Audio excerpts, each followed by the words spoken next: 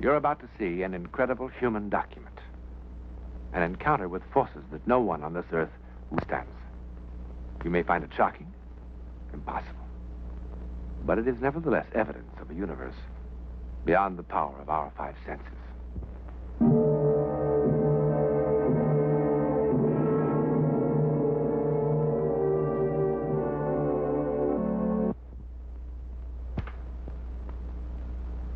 You know, the further man probes into outer space, the more riddles he uncovers. Take the matter of UFO, for example. That is to say, the unidentified flying object. What a heated controversy this phenomenon has provoked. Everybody's in the act, from the comic strip artist to the fiction fella to the sober scientific sifting of all the known facts by responsible men. Some from the military, and some eyewitnesses who pilot our giant aircraft. And from all this sifting and all of this screening, certain events of the past years have been generally accepted as having happened. The physical evidence, however, is inclined to disappear into thin air. Sort of, well, like this.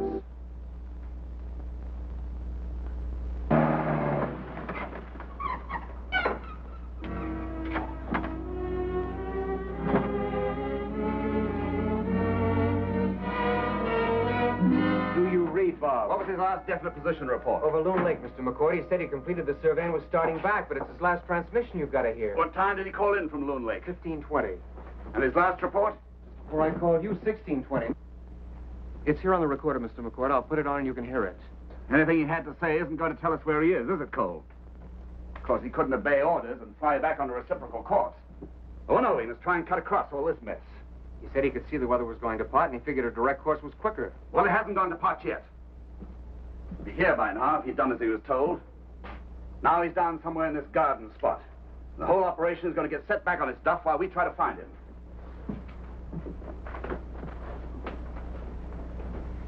Mr. McCord, you'd better hear what Mr. Rand had to say. We'll have to wait till the morning. What's it supposed to be like tomorrow? Not too bad.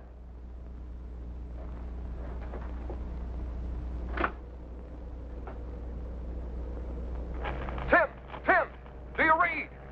I've just taken the most fantastic roll of film anyone ever heard of. It was right there, right in front of me.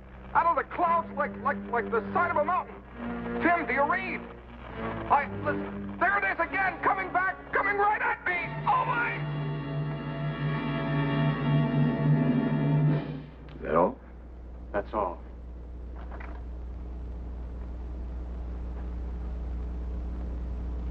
Did he give his altitude over Loon Lake? It was at 2,500. Just as I thought. Comstock Peak is 3,000. If he didn't change altitude, this is where we'll find him. Smashed on the side of it. But he would have changed altitude. What about the films he said he had? It's one of his better-known habits. Wasting company film on the most fantastic pictures. Well, at least the tape will give us some idea where to look for him. He didn't mean he saw a mountain. I heard what he said, Cole. I happen to know him a great deal better than you.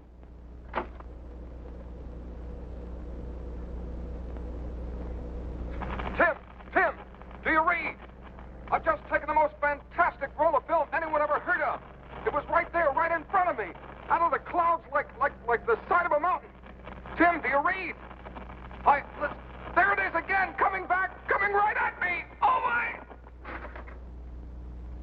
Well, you better keep at it. If he's not too badly banged up, perhaps he can get some word out. If you hear anything, give me a call. I'll be in the office. Mr. McCord, how can a mountain come back at you?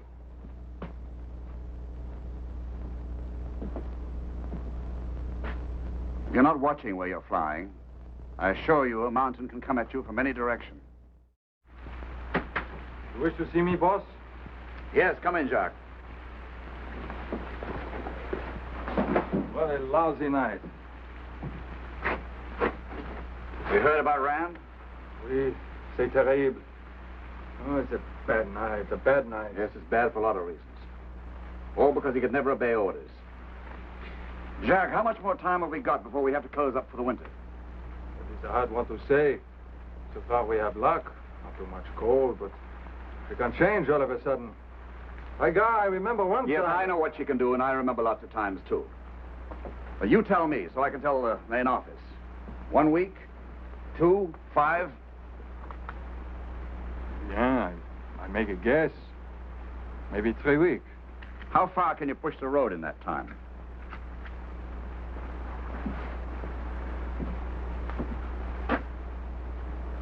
To the rock face at .6, I think. Beyond the rock face to .7. And I don't think I know. When we come back in the spring, I want to be this far.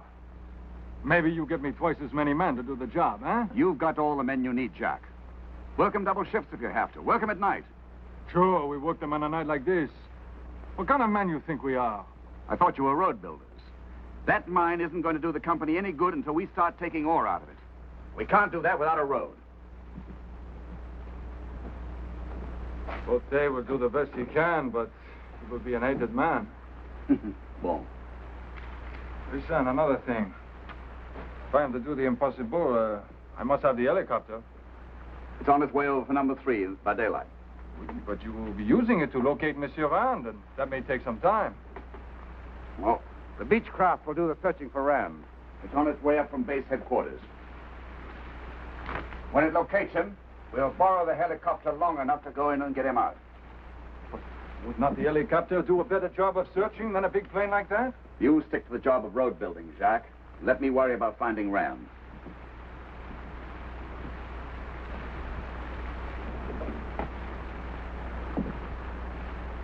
It's a funny thing. I think maybe you don't worry half so much about it as the rest of us. I'm sorry you think that. Poor fellow, he's probably dead. He hit the mountain, huh? Yep, that's the way it looks. But not if it's something else? Doubt it. Nothing else very high in that area. We'll see in the morning. That is not what I meant. I mean, could he not have hit something else in the sky? Like what? No other planes around here. Well? I suppose it is impossible, but... Well, Pierre, he became all excited. He think he saw something in the sky.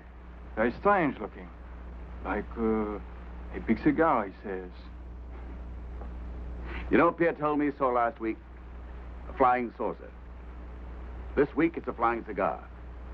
Next week, it ought to be something very special. You don't believe such things could happen, huh? No. Nothing knocked Bob Rand out of the sky, Jacques. But his own poor judgment.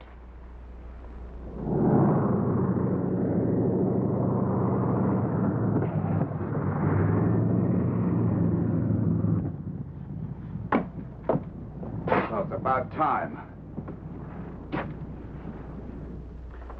We think he's down here on the mountain somewhere. But since his last known position was over Loon Lake, I'd suggest if you don't spot him on the mountain, you use it as a center point from which to expand your search. What about the chopper? Is it going to work with us? It's on its way over now from number 3. Tim here has been in contact with Lawrence. He'll be listening in on your frequency. If you spot Rand, he'll move in and pick him up. I don't read you clearly. You mean the chopper isn't going to help us hunt for Rand? It'll just be brought in if we find him. That's right, Blake. But, sir, Lawrence in a helicopter can get Let in me there. explain it just once. Your plane can cover more territory faster than Lawrence and 6 helicopters. He and his chopper will be working with Jacques Botte on the roadside, right here. But, sir, a chopper could get Blake, in there. this weather isn't going to hold up for long. I suggest we stop wasting time. Rand's time. Just one other thing. Rand always carried a chute for some silly reason. If he survived the crash, he'll use it as a signal. So watch out for it. Any more questions? Yes, sir. What about that plane you've got outside? Isn't it going to be used in the search? Not unless you want to look for 2 planes. It's got ignition trouble, and nobody seems to know the cause. Well, I could find the cause. I'm an A&E. You find Ram first, Tobin, if...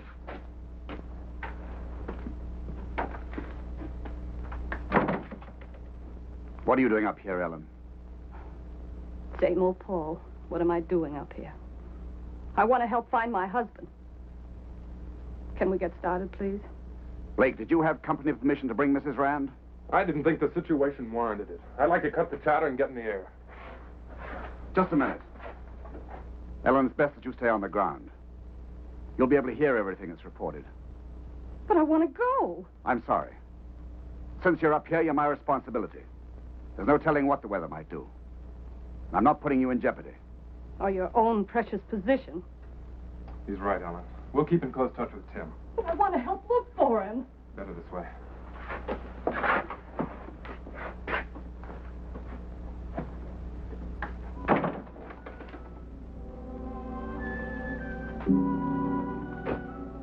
You've never forgiven me, have you? Not even now. You got it all wrong, Ellen.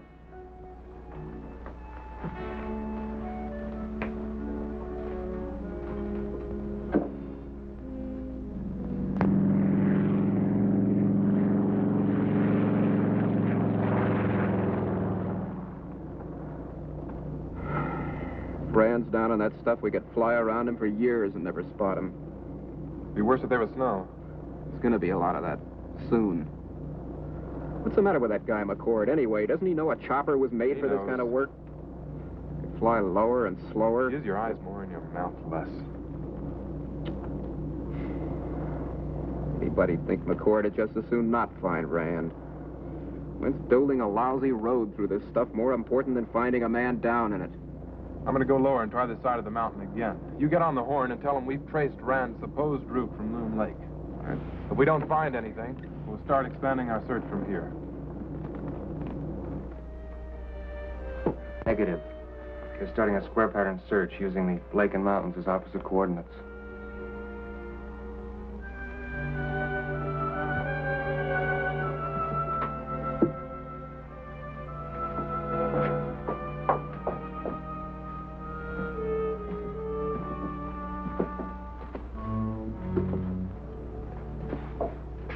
I realize that any words of sympathy that I might offer would neither be appreciated nor believed.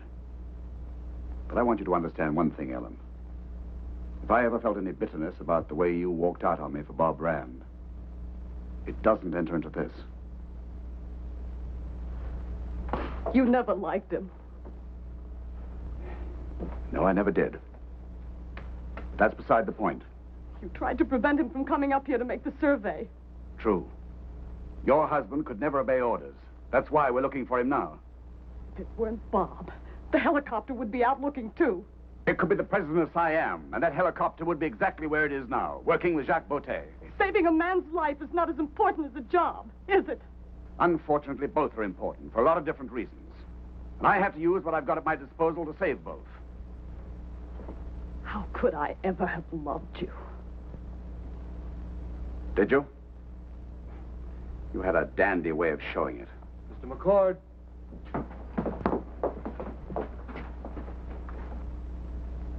Cole, this is Tobin. We've spotted something. Wait a sec.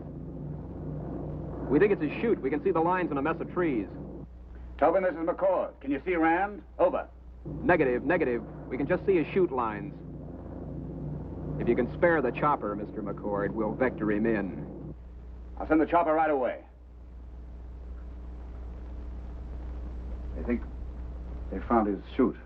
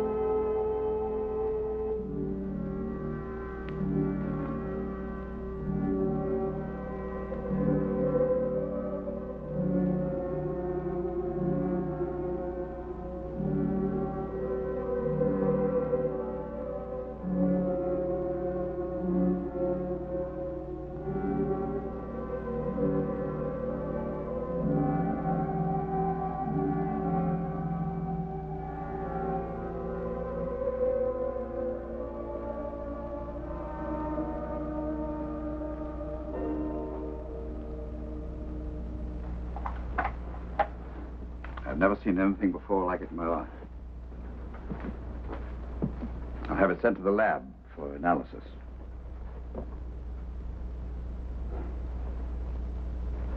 It was hanging from all the trees like spider webs. It was very strange.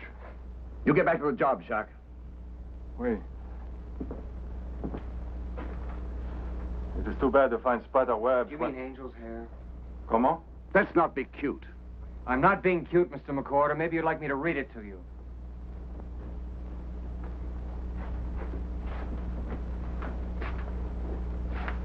April 15th, 1953, Auckland, New Zealand. A mass of strange white substance drifted down from the sky today over Angawanga. It covered fields, buildings, wires, trees, and fences for hundreds of yards around. Here's another one. November 16th, 1953, San Fernando Valley. A fluffy blanket, dead white, with delicate rope-like strands, may be the San Fernando Valley's first physical contact with visitors from outer space. It is reported to have streamed like a lacy ribbon from a mysterious cigar-shaped craft that sped over the valley. Given the name of angel's hair, these mysterious filaments Let were me see that. Visitors from outer space. You stick to your radio, Cole. And you better listen to this again. Tim, do you read? I've just taken the most fantastic roll of film anyone ever heard of. It was right there, right in front of me, out of the clouds like the side of a mountain. Tim, do you read? Listen, there it is again, coming back, coming right at me. What happened? What happened? He hit the mountain or the ground. That's what happened. Or something hit him. This flying cigar you read about. Pierre, he says he saw... Jack, will you stop talking this gibberish and get back to your job? And you keep your science fiction till after hours. Now, Jacques, get going when I tell you, will you? Just a minute, Paul. What did he mean about the film he took? Well, why didn't you tell us? What are you trying to do? Regardez!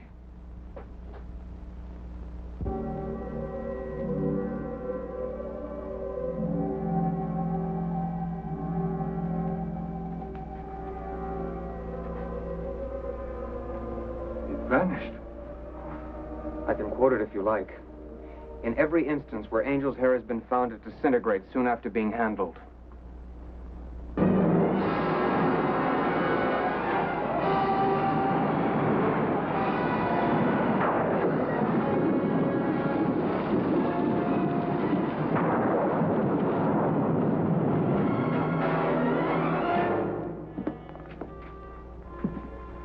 Blake?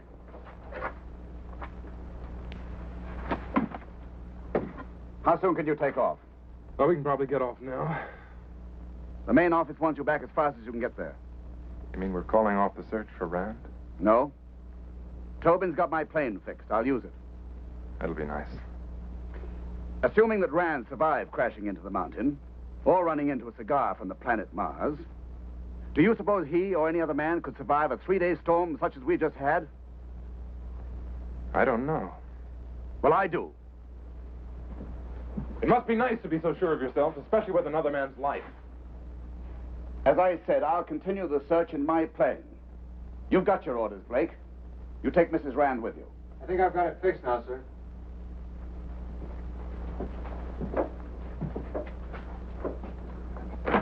They have found him. Rand? A call comes to her saying they have found him, and by the Blessed Virgin, he is alive. Thank God. Who called Ellen? He said his name was Dr. Norton. Where'd they got Bob?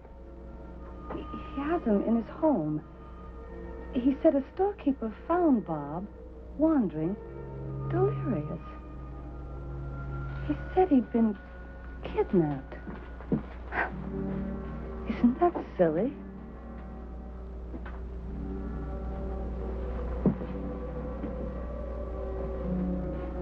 Where's the doctor got him, Ellen?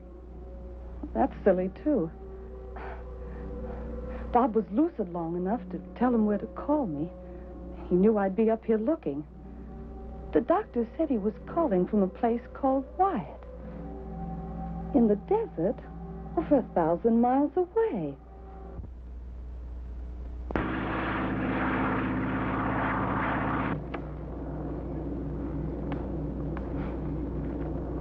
How is she? Pill worked. She's asleep. Why don't you try and psych out? Blake, Is it aerodynamically or meteorologically possible? He had about 2 hours of gas when he called in last. His plane cruised at 120 miles an hour. You figure it out. But with a strong wind. They don't make them that strong around here. But it couldn't be. All that way. I just won't believe it. Perhaps half of believing is being able to accept the unusual. I remember something that happened to me a few years ago in the Air Force that reminds me of Rand. You mean the Kinross thing? Yeah, radar picked up a UFO over Lake Superior. They scrambled a night fighter after it. The two were seen to meet and join on the radarscope. Then the UFO took off like a bat and disappeared. No trace of the fighter was ever found. Isn't it marvelous? The literature you young men read these days. Men from outer space. Stranger cases than that have been sworn to. Even incidents of reported kidnappings. By men from Mars. Listen, I live with both feet on the earth. Maybe your head in it, McCord. If you'd read the newspapers, you'd find that some astronomers claim that the moons of Mars are artificial. Oh, sure. Our moon is made of green cheese. We're on the verge of space exploration ourselves. Why is it so hard to believe that others might have beaten us to it? It's a pretty big place, chum. Now, maybe you're smarter than all the rest of us. Maybe you know what lies out there, huh? Better hold the phone till we hear from Rand.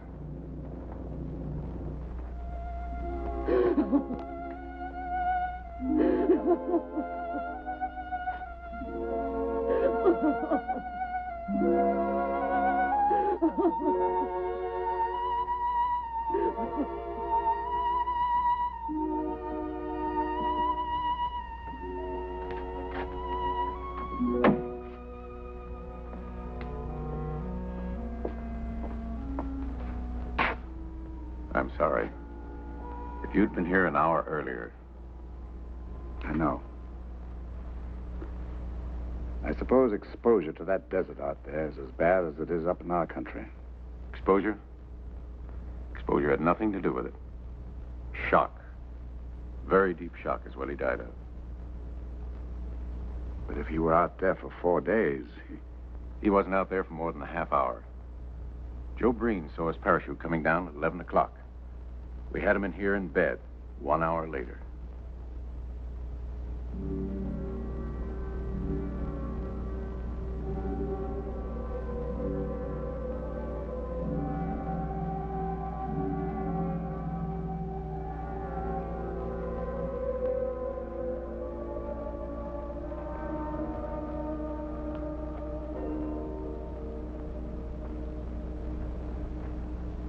The physical evidence is inclined to disappear into thin air. Bob Rand was found over 1,000 miles from here. His last position report. Now, how could a small plane, whose top speed was 120 miles an hour, carrying a 2-hour supply of gasoline, possibly cover such a distance? And even if it could, with the help of an incredible wind, where was Bob Rand during the 4 days between the time he vanished and the time he landed in the desert by parachute? Now, the doctor said he babbled something about being kidnapped. Delirious, of course. But no trace of the plane he flew or the film he took has ever been found. Kidnapped? By whom? Or what? Held prisoner? Where?